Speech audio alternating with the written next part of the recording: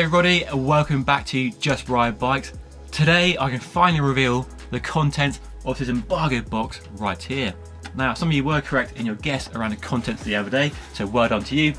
We do have the brand new Wahoo Powrlink Zero pedal power meters launched today.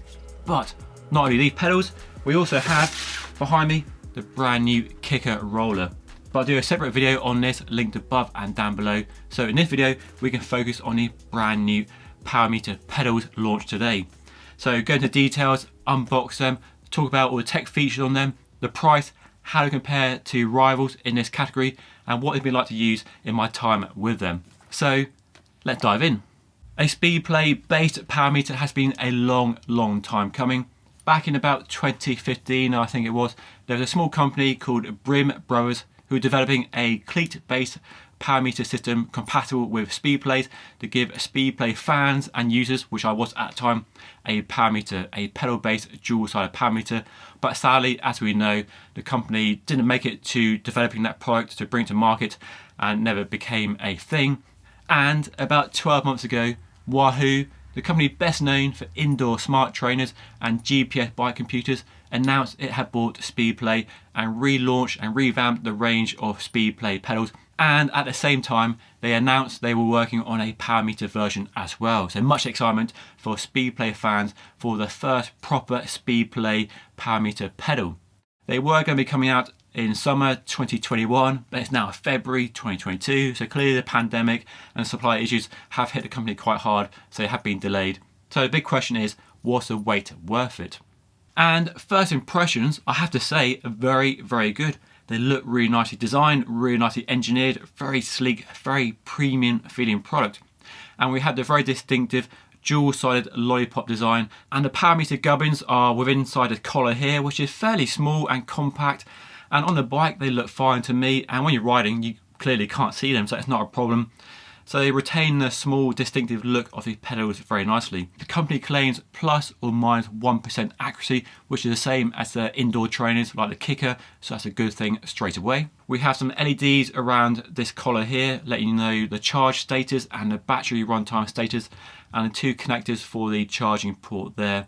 And we have an 8mm axle on the end there as well. Now, the dual-sided here retail for £850, while a single-sided version is £550. And that price is fairly competitive with a few other options in the power meter pedal market right now, which there aren't many options really, to be honest.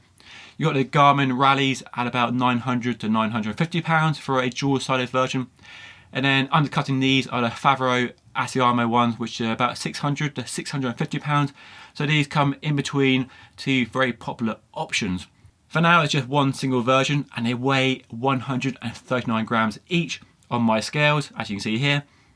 The battery lasts a claimed 75 hours, and you charge it up via a USB collar that goes around the side there, and plus Bluetooth compatible, so they work with any compatible device. And the box includes cleats to get you up and running.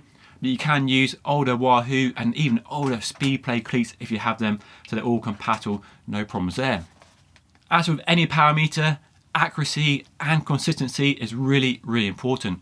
But I must admit, I've only had these for 1 week, so not a lot of time to really get some really in-depth data, but I do have some data to share with you for comparison purposes. But I'm sure DC Rainmaker will have a really in-depth 45,000 word article on these as well, so definitely check his report out.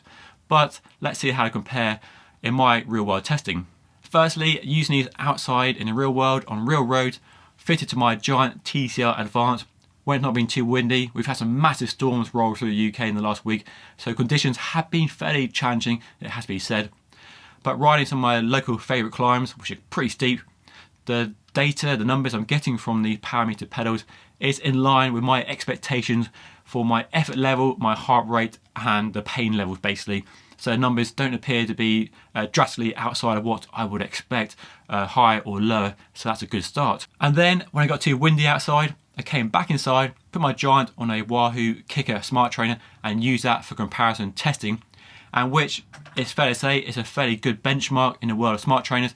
And it's apparently the same 1% accuracy as these power meter pedals, so I thought it'd be a good comparison to get some data. So I did a Swift ride, went up the Epic KOM to try and get some good numbers, and the comparison does make for some interesting viewing, and I'll flash up some screenshots right now. As you can see from the data, the power meter pedals and the Wahoo kicker are tracking each other fairly consistently through the highs and lows, the peaks and troughs, as your power ebbs and flows on a long ride with some fairly steep gradients on the Epic KOM.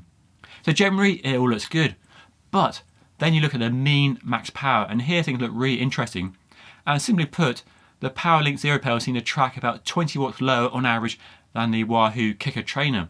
But it's fairly consistent in that discrepancy, but it is a discrepancy nonetheless.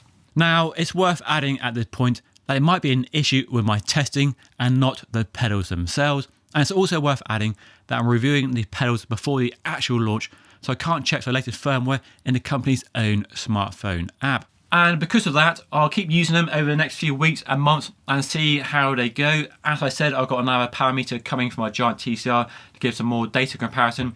So I'll do an update on these in the future, give you a long-term report on what these like to use over the next few months. But first impressions are good. They look a really nice polished product. They work really well in terms of installation out of the box. The setup is easy, no calibration needed. Get on your bike and ride. The big question mark is whether you are a Speedplay fan or a Wahoo Speedplay fan, whether you like the idea of this very distinctive design, or whether you're more of a Shimano person or a look person. For me, the benefits of these pedals is massive over look and Shimano, because you have that massive range of float, which you can adjust. You can have less float if you want it. It means you don't have to be so precise when setting up the cleats on the shoes, and you basically let your foot find a natural position when you're pedaling, and that alleviates or reduces any potential for knee problems when you're cycling, especially on steep climbs or longer rides where knee problems can be an issue. Yes, they are a lot of money, but the price isn't any more expensive than other options in the market apart from the Favreau ones, so they are in the ballpark for a pedal-based power meter. And yes, there are cheaper left side only crank-based systems, but the real benefits of a pedal-based power meter is you can swap them from one bike to another. Great if you have a fleet of bikes or you're constantly riding different bikes, and if you're going on a holiday, you've got a hire bike, you can put these on that bike and have power as well. So real benefits to a pedal-based power system. But really, the question of whether these pedals are right for you is whether you like the idea of this very distinctive design and the benefits they give over other pedal systems, which are benefits in my opinion, but for some people they might be cons. So lots of like, lots of dislike perhaps as well, but a very good debut power meter pedal from Wahoo. Anyway, those are my first impressions. Let me know what you think of these by leaving a comment down below. As I said earlier, I'll continue reviewing them over the next few weeks and months and give you an update on my long-term thoughts on these and compare them to other power meters on other bikes as well. Anyway, that's all for now. Don't forget to check out my video of the kicker roller here as well if you want to see what this is all about. But that's all for now. Thank you so much for watching. Don't forget to like and subscribe. I'll see you all again very soon.